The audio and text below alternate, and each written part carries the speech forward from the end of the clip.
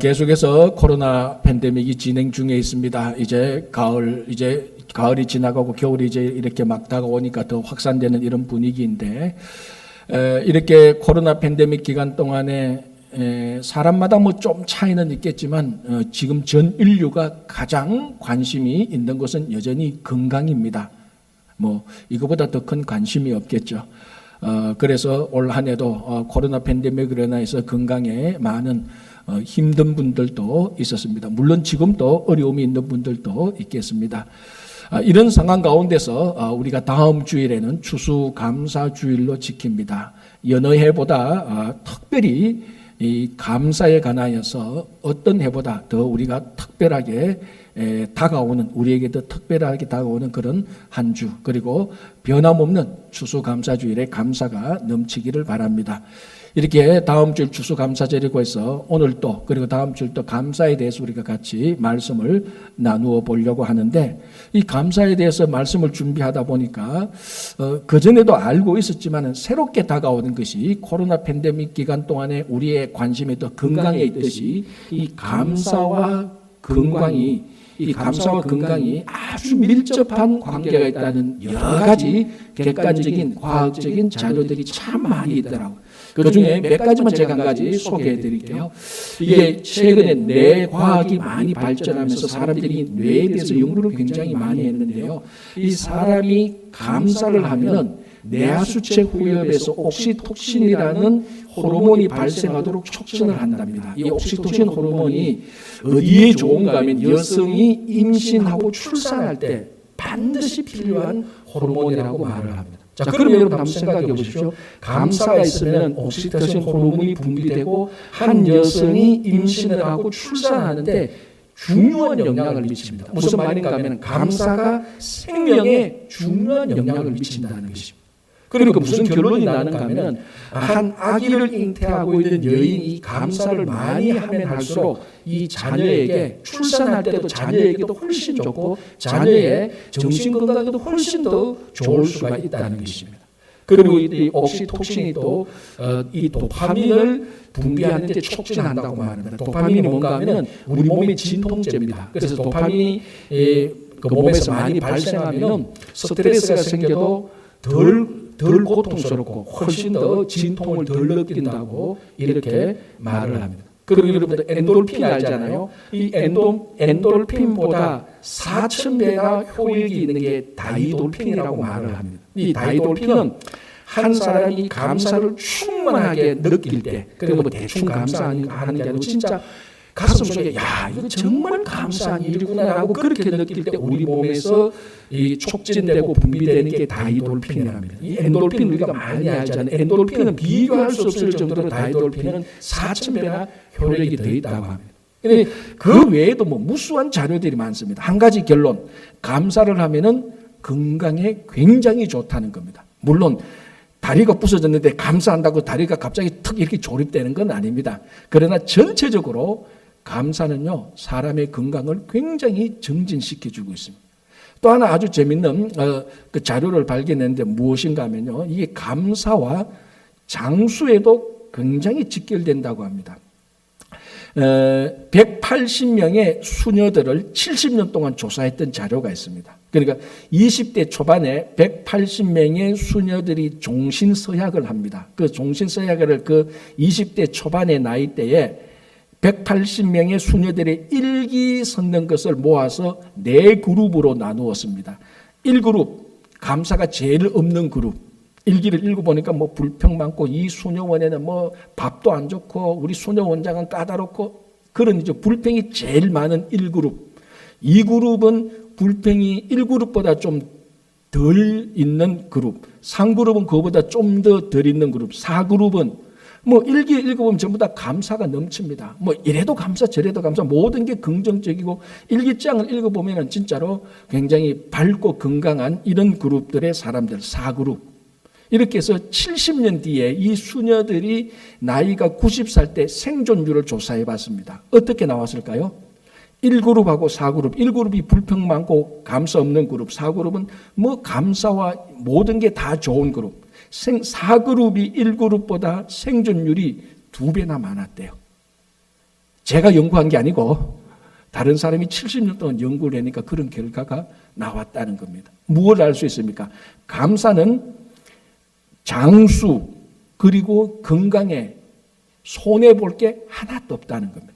이런 이야기를 하니까 어떤 사람이 이렇게 얘기했습니다. 아이 목사님, 우리 노인 아파트에 90된 할머니가 있는데 이분은 입맛 때문에 불평이고 원망이래요. 그런데 90인데도 70된 사람처럼 굉장히 건강한데 이분은 어떻게 된 거죠? 이렇게 질문합니다. 그에 대한 답이 뭡니까? 이분이 만약에 감사를 하면 앞으로 150년, 200년 동안 건강하게 살 것이다. 그 말입니다.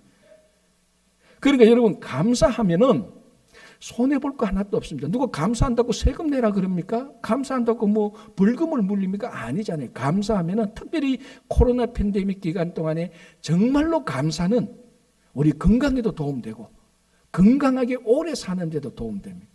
나쁠 거 하나도 없습니다. 그죠? 자, 이제 우리가 감사에 대해서 생각하는데 오늘은 구약 성경, 신약 성경의 가장 감사에 관한 대표적인 두 구절을 본문으로 선택했습니다. 첫 번째 구절 하박국 3장 16절에서 19절. 뭐 감사 주일만 되면은 이 구절은 우리가 꼭 한번 읽어보는, 그리고 데살로니가 전서 5장 18절 범사에 감사라. 이 두 구절을 한번 우리가 같이 연관해서 오늘 본문을 같이 한번 우리 생각해 보겠습니다. 자, 하박국 이렇게 되어 있습니다. 하박국 3장 16절 제가 다시 한번 더 읽어드리겠습니다. 내가 들었으므로, 즉 하박국 선지자가 들었다는 거죠. 무엇입니까? 내가 들었으므로 내 창자가 흔들렸고 그 목소리로 말미암아 내 입술이 떨렸도다. 무리가 우리를 치러 올라오는 환난 날을 내가 기다림으로 썩이는 것이 내 뼈에 들어왔으며 내 몸은 내 처소에서 떨리는 도다.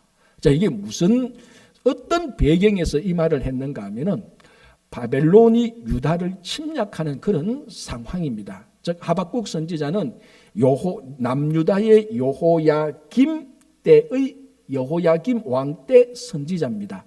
남유다 그 왕들의 계보가 마지막 왕이 시드기야, 그 다음 왕이 여호야긴, 그 다음에 왕이 여호야김 왕입니다. 그러니까 여호야긴, 시드기야, 이때는 전부 다 바벨론 침략을 다 받았죠. 여호야김 때 1차, 여호야긴 때 2차, 시드기야 때 3차. 그래서 나중에 폭삭 망하게 되는 겁니다.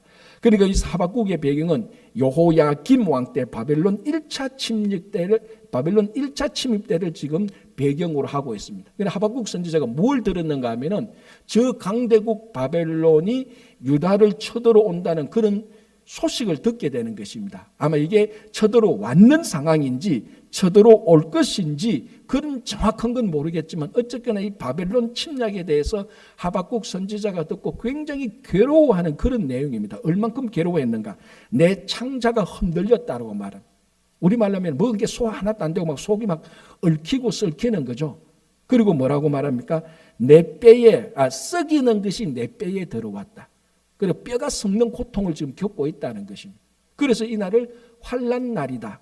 즉 전쟁 상황에 닥치게 됐습니다. 그러니까 막 이 백성들이 앞으로 고통당할 것을 생각하고 이 유다가 바벨론에 의해서 괴로움을 당할 것을 생각하니까 막 속이 틀리고 굉장히 힘든 전쟁 상황입니다.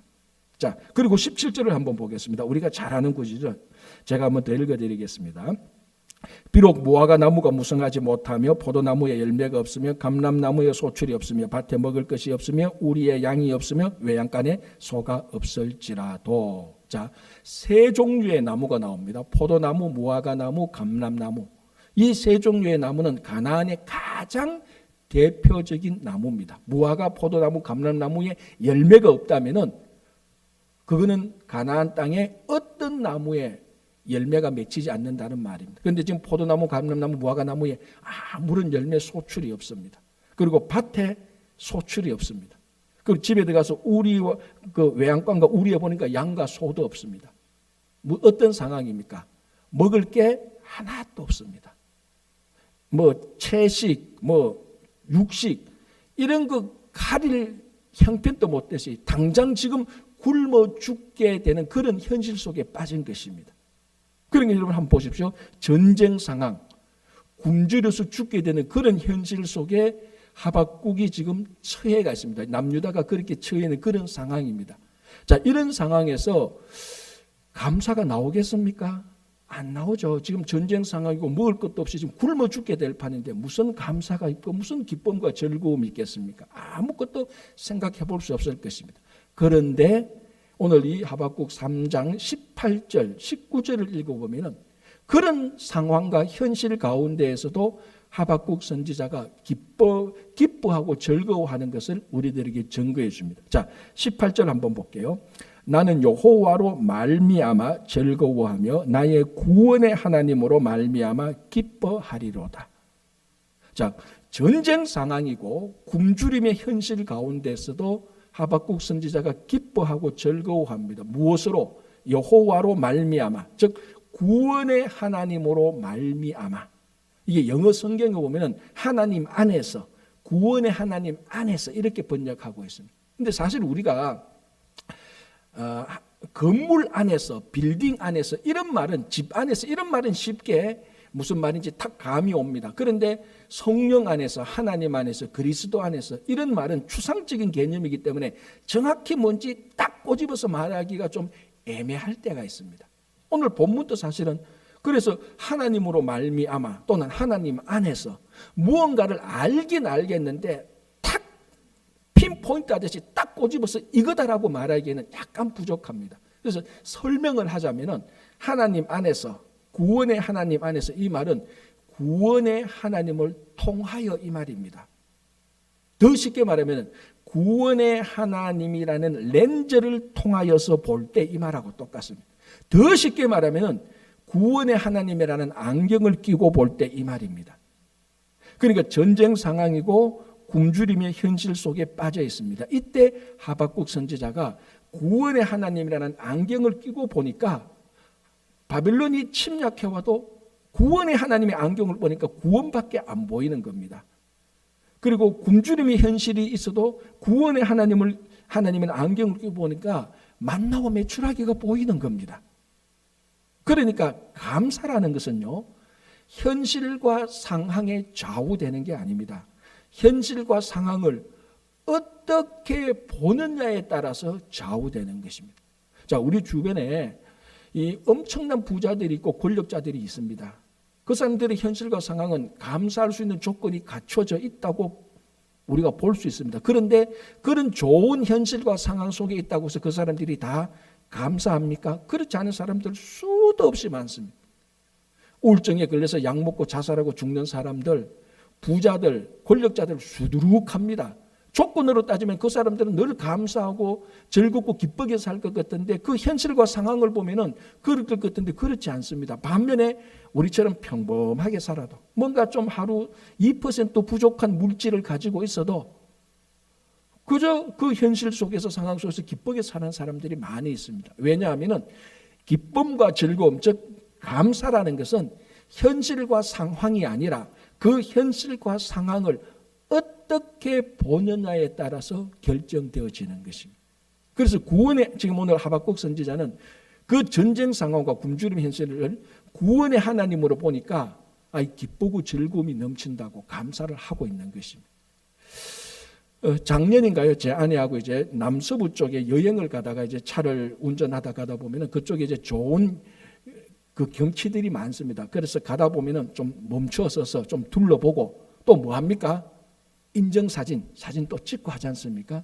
경치가 좋아서 한 번은 뭐 어딘지는 정확히 모르겠지만 운전하다 보니까 너무 뭐 대평원 같은 게 펼쳐지니까 이제 멈췄습니다. 그래서 한번 쭉 둘러보고 사진을 찍습니다. 먼저 아내가 내 사진을 찍습니다.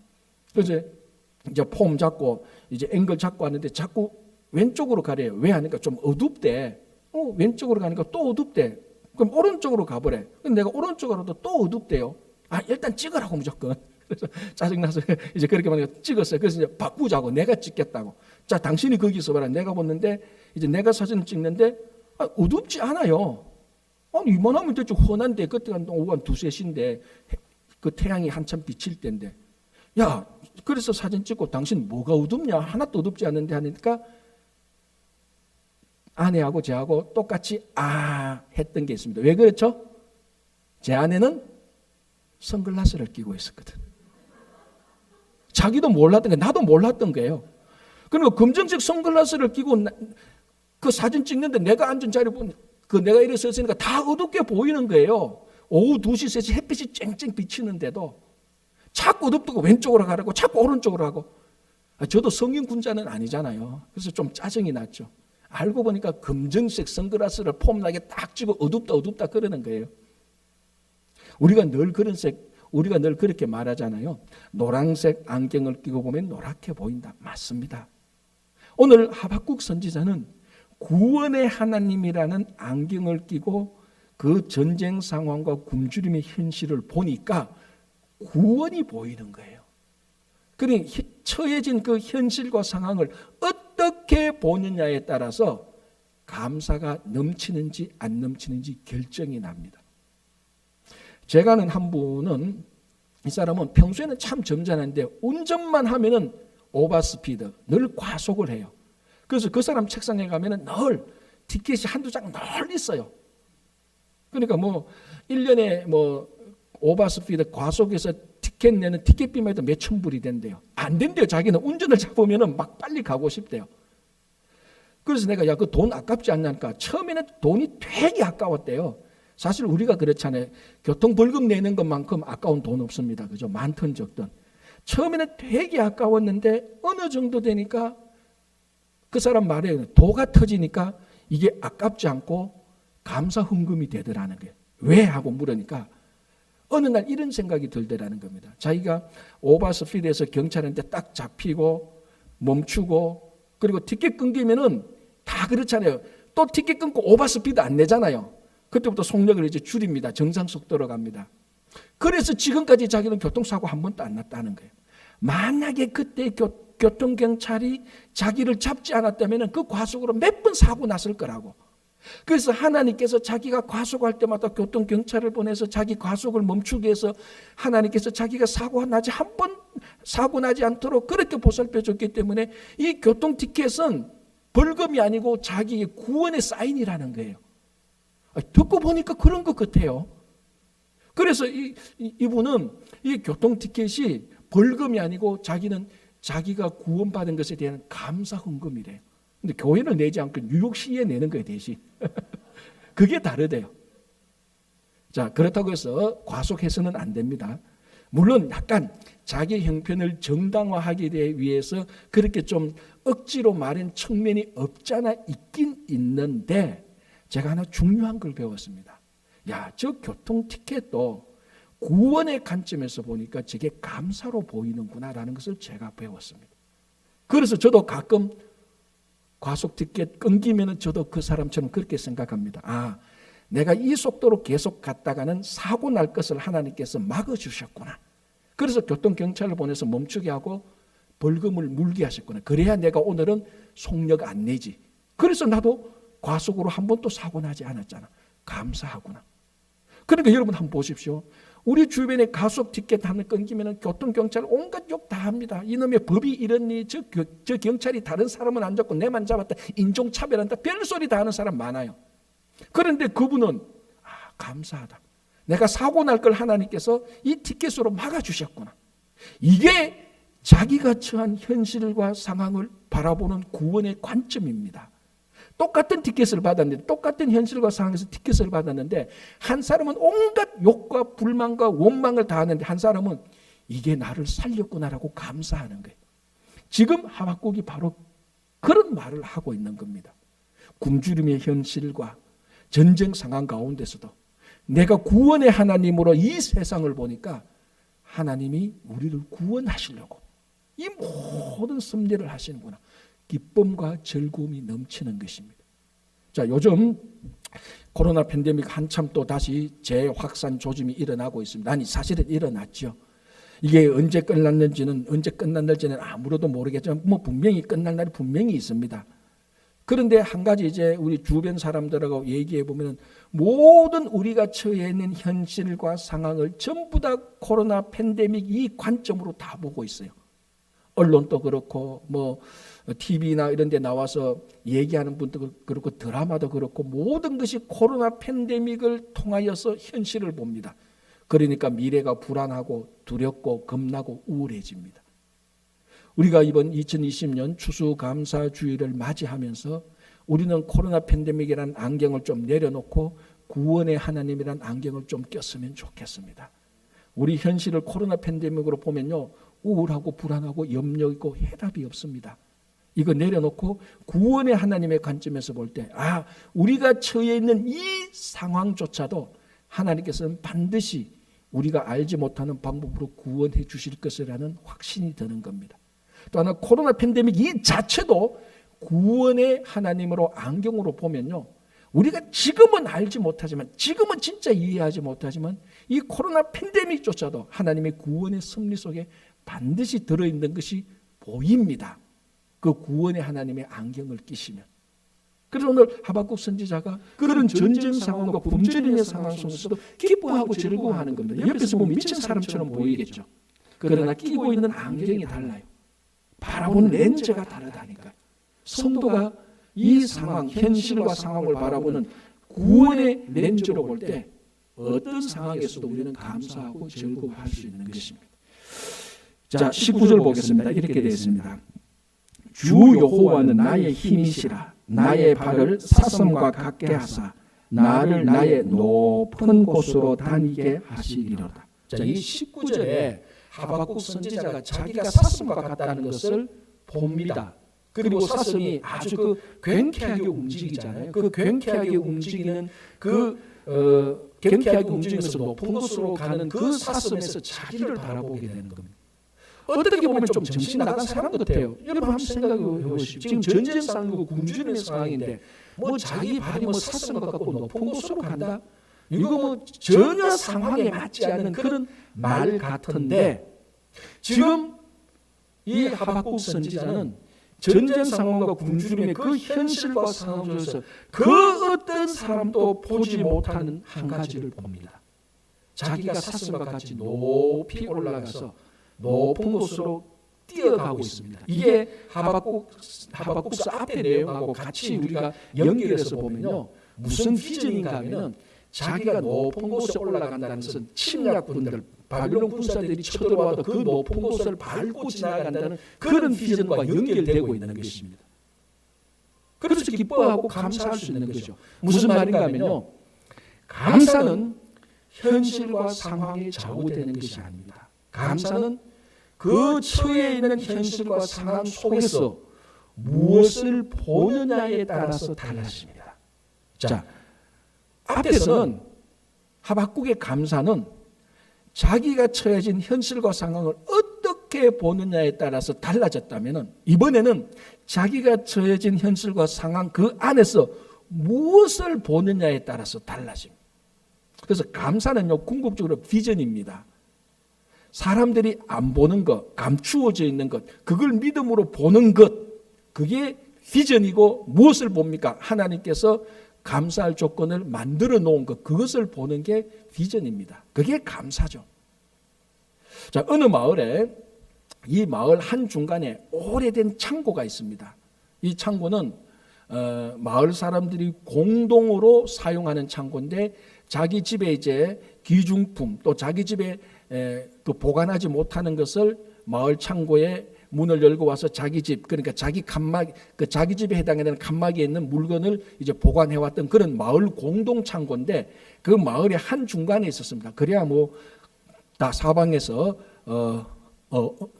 사방 와서 다 그 사용할 수 있는 것 아닙니까? 근데 이제 세월이 흘러서 현대화, 개방화, 그 개발 이런 바람이 불어서 이 마을을 이제 도로도 놓고 큰 빌딩도 지으려고 하니 무엇이 방해가 됩니까? 마을 한중간에 있는 오래된 창고가 방해되는 겁니다. 그래서 이 창고를 다 부숴버리고 거기에 도로도 만들고 그 옆에 큰 건물도 짓자, 이렇게 이제 논의 중에 있었습니다.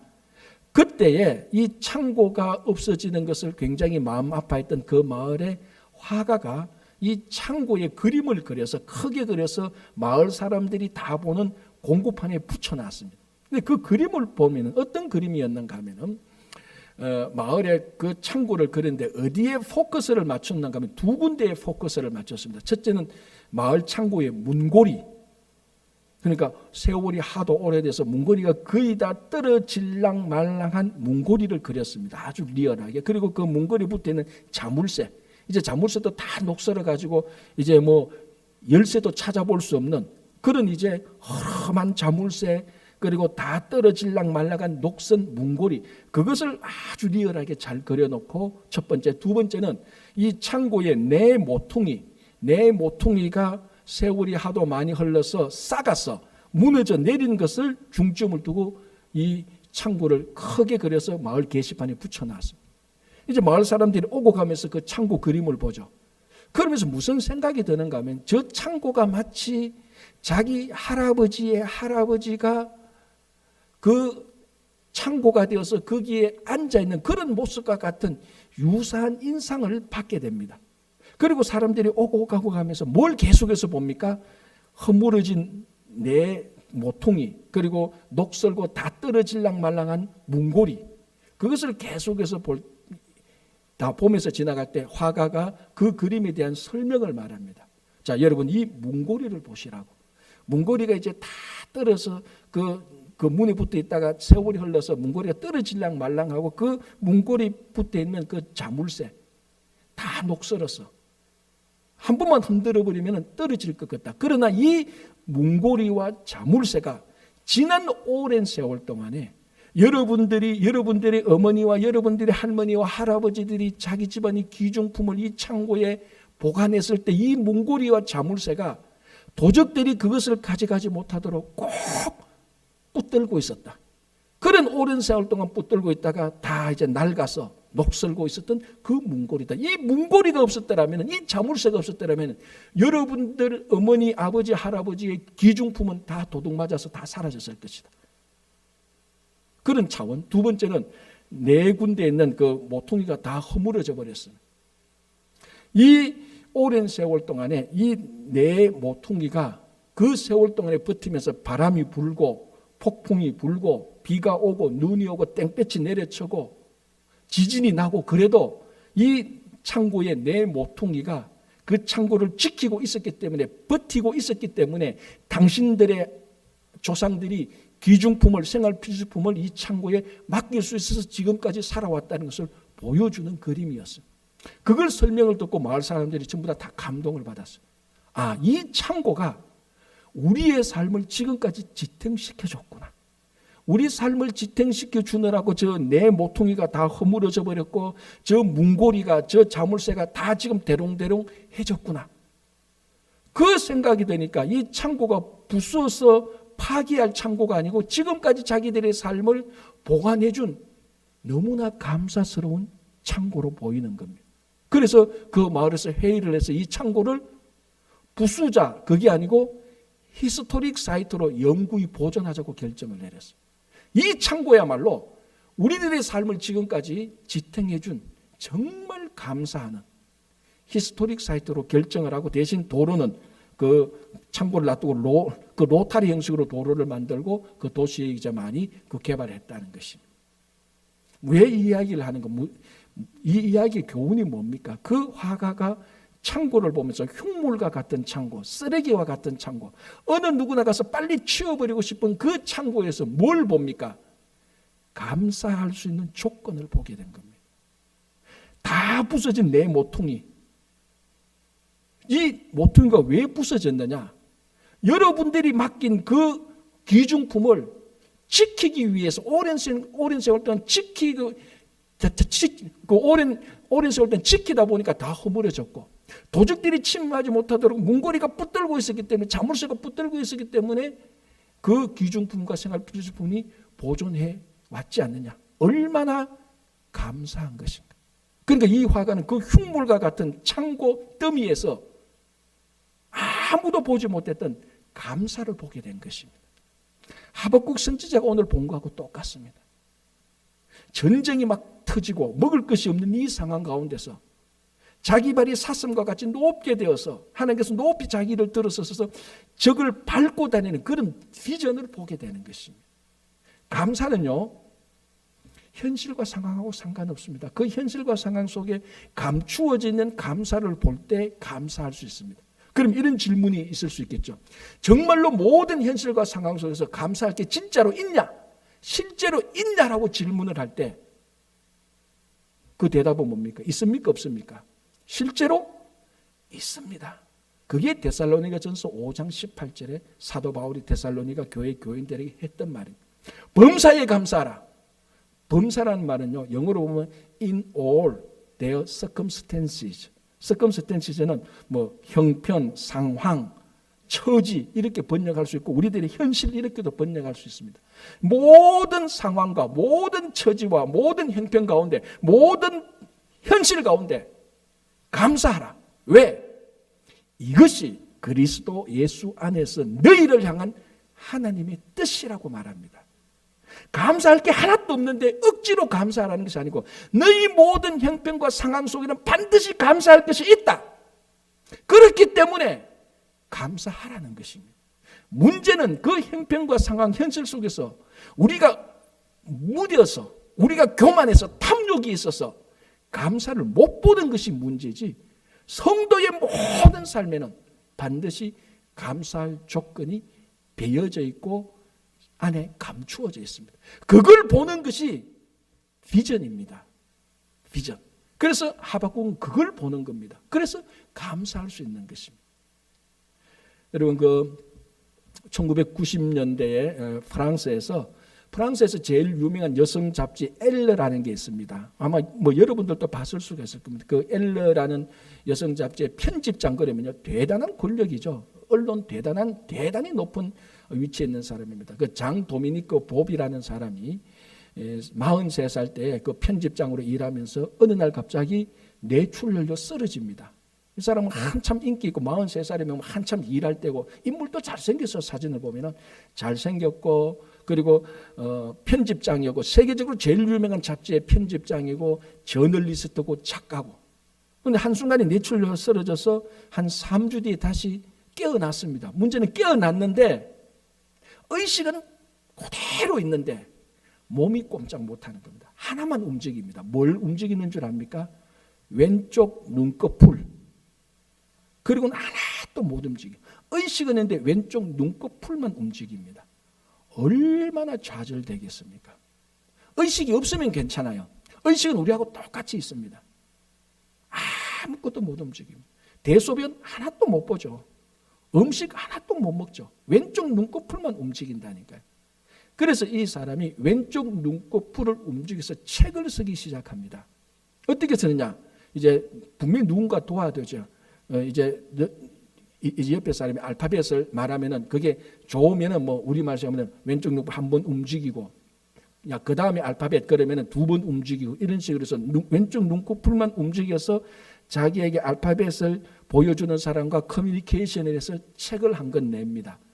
한 1년 5개월, 1년 3개월 정도 걸렸는데 128페이지의 책을 냈는데 그 책 이름이 잠수복과 나비입니다.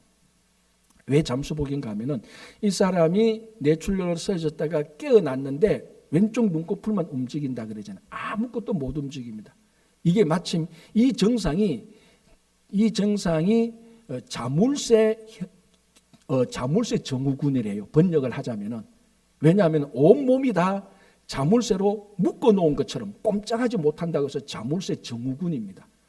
그래서 이 사람은 자기 몸이 마치 다이빙 할 때에 잠수복 입고 들어가잖아요. 그 잠수복이 자기 몸을 가두어 놓은 것처럼 그렇게 형상화해서 책 제목을 잠수복. 지금 자기가 처해 있는 상황이죠. 꼼짝을 못하니까. 잠수복이 자기 육체를 딱 가둬버렸으니까. 그리고 나비는 자유롭게 날아가고 싶은 자기의 바램이죠. 그래서 책 제목이 잠수복과 나비입니다.